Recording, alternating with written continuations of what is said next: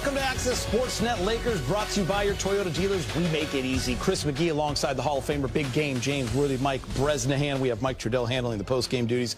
Allie with a great debut on Amazon Prime. Yes. Lakers bounce back in a big way. They roll the T-Wolves. LUKA Magic was incredible. We'll get to him in a moment. AR and Rui had big nights.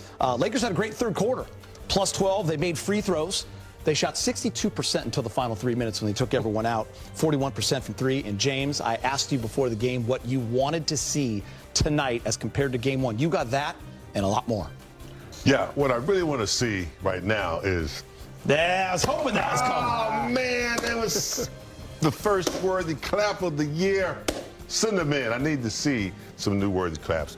But, Gita, you are absolutely right. We saw a major correction from game one. And, you know, we said after game one, okay, it's only game one.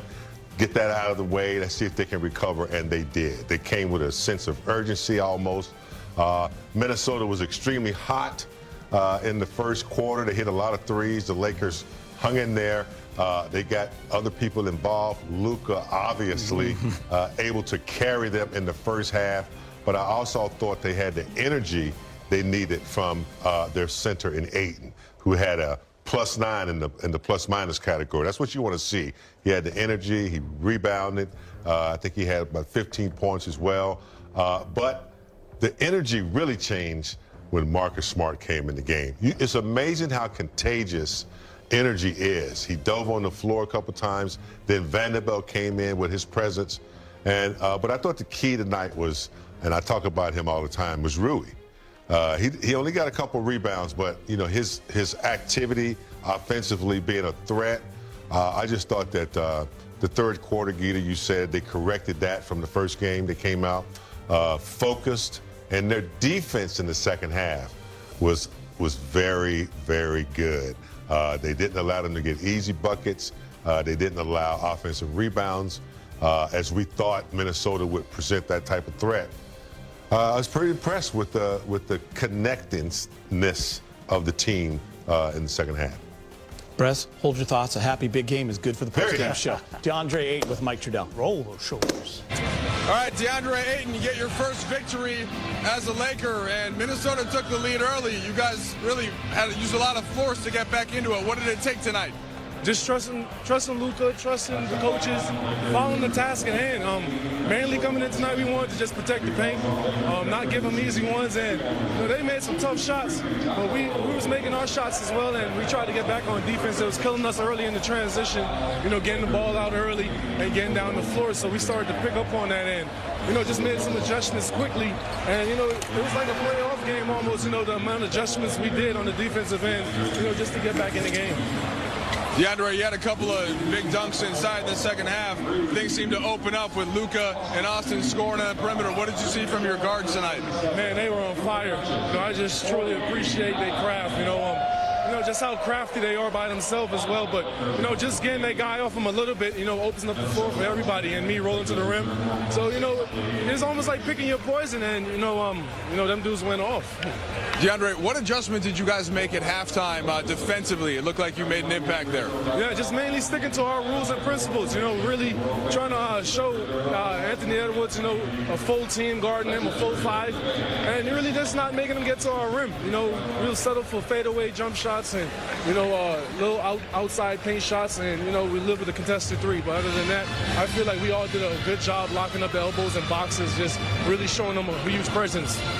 And then last one for you, head to your first Laker road game now in the regular season up in Sacramento. What's going to be the key for you? Mainly just staying consistent, being together and just playing defense, putting defense first to create our offense. Appreciate it, DeAndre. Thank you so much. All right. Happy for DeAndre Ayton, had a great game, but I want to start with LUKA, guys. The most points ever scored through 2 games, through the first 2 games in Laker history, passing Jerry West, is LUKA Doncic. She has 92 points, 23 rebounds, and 17 assists. You look at it right there. 1969, Brez was just a thought at that point. It was -2. Jerry West had 81. LUKA with 92. Brez, he's averaging 46, 11, and 9 through 2 games, but he was absolutely phenomenal tonight. He had 23 in the first quarter, 32 at the half. He has to be the guy to step up. I think it's pretty evident. As long as LeBron James is out of this lineup, which it looks like it's going to be for at least another few weeks, LUKA has to be that guy to make things happen. He did in the first game, but the Laker defense was a little askew, and I was a little worried tonight. Lakers gave up 40 points in that first quarter. As good as LUKA was, Minnesota outscored him in the quarter, but then the Laker defense was great. And LUKA, he had really nice rhythm. He knew when it was time for him to shoot and get his, and when to find Ayton, when to find Reeves, when to make the pass that led to the pass that led to the bucket. I feel like his orchestration of the entire game was just so much fun to watch. And he had a killer 3 over Jayden McDaniels in that fourth quarter that really made sure the game was out of reach. He's 3 assists shy of averaging a triple-double. He missed it by 1 in game 1 right. and 2 tonight. James, I think what's even more incredible is he did this on 23 shots. Yeah. Efficient. Efficient and very smart in his selection of shots, not forcing the issue, taking advantage of mismatches. You never see him try to out-quick anybody. Very poised. And knowing what you have to do, Geeter. I mean, he was like a musician playing solo, playing a solo tune. But every now and then he let everybody else get a little solo in too, get a little snare drum in there, let the guitar. But they always come back to the solo. He just performed tonight. It was a beautiful thing to watch. He played smart. He played wise. He didn't try to force the issue. He realized when he needed to get other people involved. You're just a mastermind when you have that kind of professor out there on the court. So I want to talk AR and Rui. The combination of 48 points on 19 of 28. AR was 25 and 11 and 7. But let's start with Rui, Brez, because we talked a lot about with LeBron James being out, he has to be consistently that number 3 guy. And Dwayne Wade, it was like he was in our studio the last few days. He talked about Rui only having 6 shots. You mentioned in the pregame show, all were from 3 in that first game. Different story tonight. He was aggressive. He had the volume. He got to his spots. He didn't settle.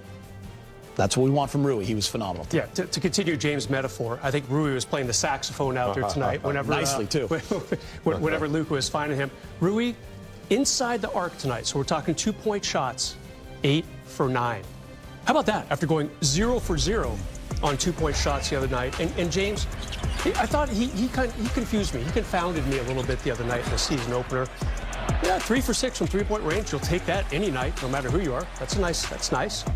But he just didn't venture inside the paint, and he's sticking a little 3 tonight. Much more active tonight, Geet. Again, near the paint, did a little mid-range. Love this, little Euro. Took a little contact, got the bank. I feel like Rui was so important tonight. There he is, Phil in the lane on a little fast break attempt. Great play by Austin Reeves to fire that ball over to him. Really impressed by Rui tonight in the second game of the season. And still, with only 2 rebounds, he still gets a plus 11. I'm going to pay close attention to that this year, because sometimes you don't have to score or get a lot of numbers to still have an impact on the game. That means that he was going after them still, but he just wasn't getting them. So I just love the way he played his game tonight. I think he knew he had to be impactful, physical, and, knock down a variety of shots to 3 to